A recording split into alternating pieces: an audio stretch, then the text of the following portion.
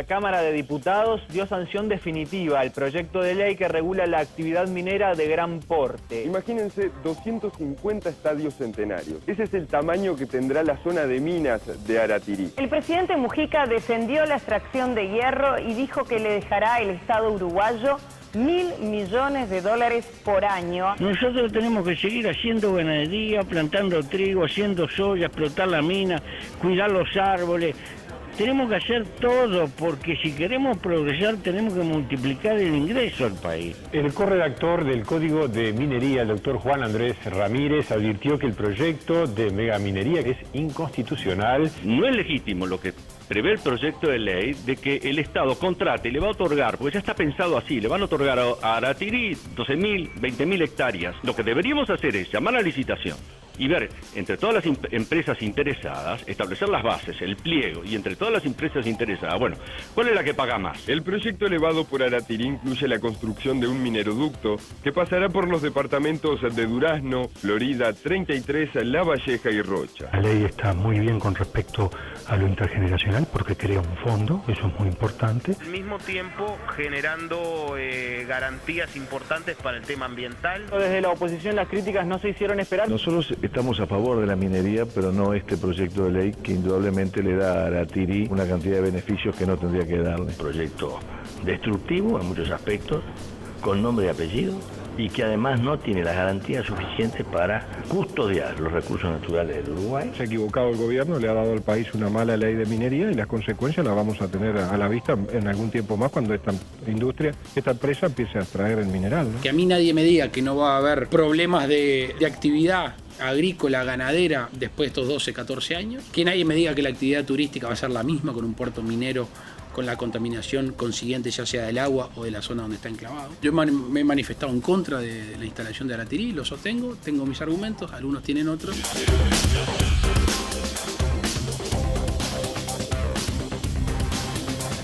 Ministro, si hay un tema que ha levantado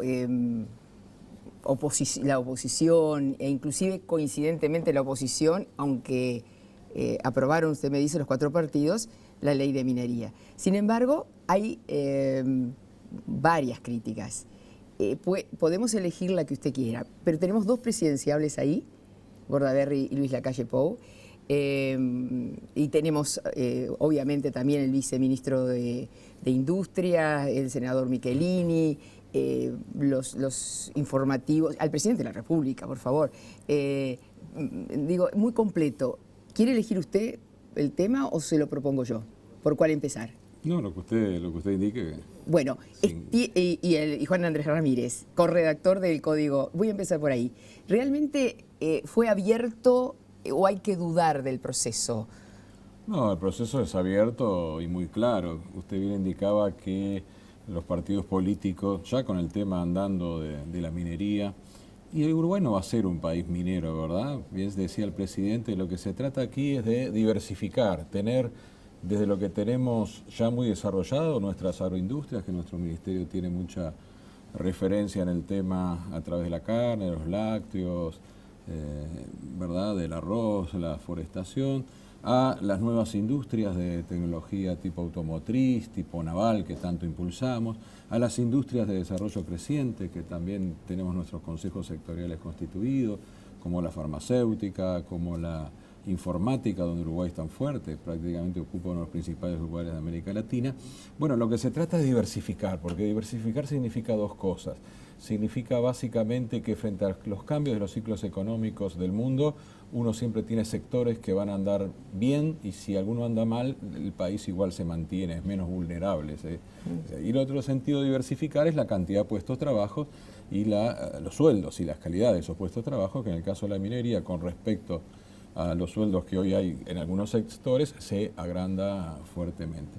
Entonces, lo que usted bien decía, lo que hubo un acuerdo fue en la mesa interpartidaria que se trabajó durante muchos meses, 41 puntos, y luego discordancia en cómo se instrumentó muchos artículos de la ley y hubo algunas diferencias en algunos artículos de cómo se instrumentaron entre los distintos partidos políticos. Por eso lo que usted mencionaba de algunas críticas de la oposición. Claro, porque le daban ventajas a esta empresa, hubo un ¿no? acuerdo de todos de que la minería a cielo abierto, como se suele decir, como es la que viene habiendo en Uruguay de 200 años a esta parte, era conveniente para el país, por lo que mencionaba anteriormente, en cuanto a diversificación, en cuanto a puestos de trabajo, en cuanto a riqueza para los uruguayos, en cuanto a nueva carga impositiva que permita un fondo de solidaridad intergeneracional, como bien mencionaba el senador Michelini. Pero bueno, había puntos específicos de diferencias en ese caso, no en los acuerdos, sino en alguna instrumentación que a la ley se dio. La ley tiene como grandes capítulos, primero, el plan de cierre, un tema fundamental que ya lo mencionamos antes. Refuerza totalmente el aspecto ambiental en ese sentido. Segundo lugar, un contrato, que era lo que se mencionaba en lo que usted me está preguntando ahora. Sí. Un contrato entre las partes, que es habitual en estos tipos de emprendimientos, para ver cuáles son las condiciones a partir de los cuales se va a regir lo que tiene una extensión de unos cuantos años. Se habla de 20 Cuando se habla de 20, claro, exactamente. Pero hay algunos que dicen que al nivel de explotación que promete Aratirí, en realidad se reduciría, serían en 12 años, ¿no?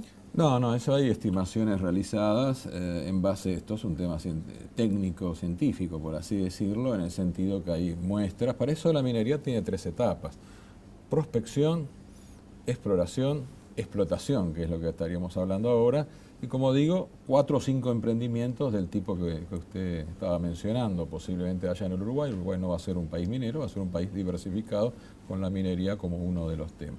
Entonces, la prospección implicó la utilización de técnicas científicas, claro, que determinaron que algo que ya se sabía, porque en Uruguay se sabía desde los años 60 que el hierro podía ser mucho más grande de lo que se conocía hasta el momento. Y puede ser que haya otros minerales, ¿verdad? El oro, que se hablaba al principio, en otras zonas, el níquel, el cadmio, quizás.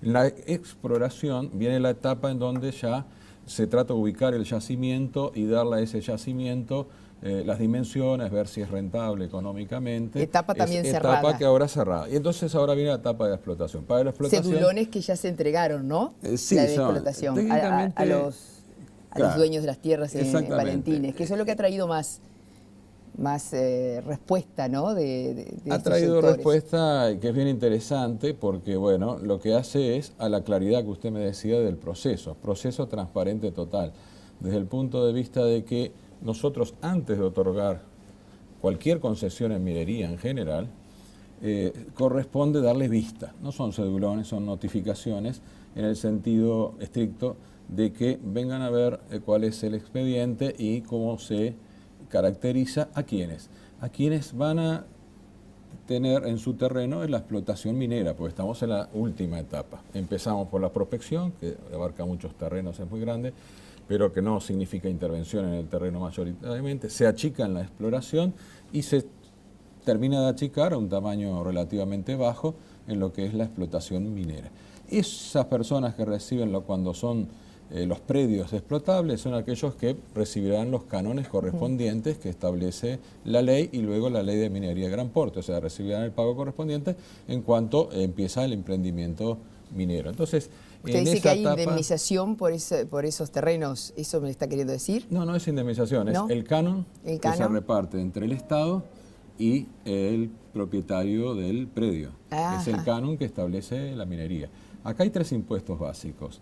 El Estado va a percibir, básicamente, un canon que nosotros lo mejoramos en el 2011 para todos, en el sentido de que en vez de estipularlo en base a la producción, lo pasamos a estipular en base a la facturación, que es un sistema mucho más claro y mucho mejor para controlar. Segundo impuesto a la renta normal, que tienen todas las actividades.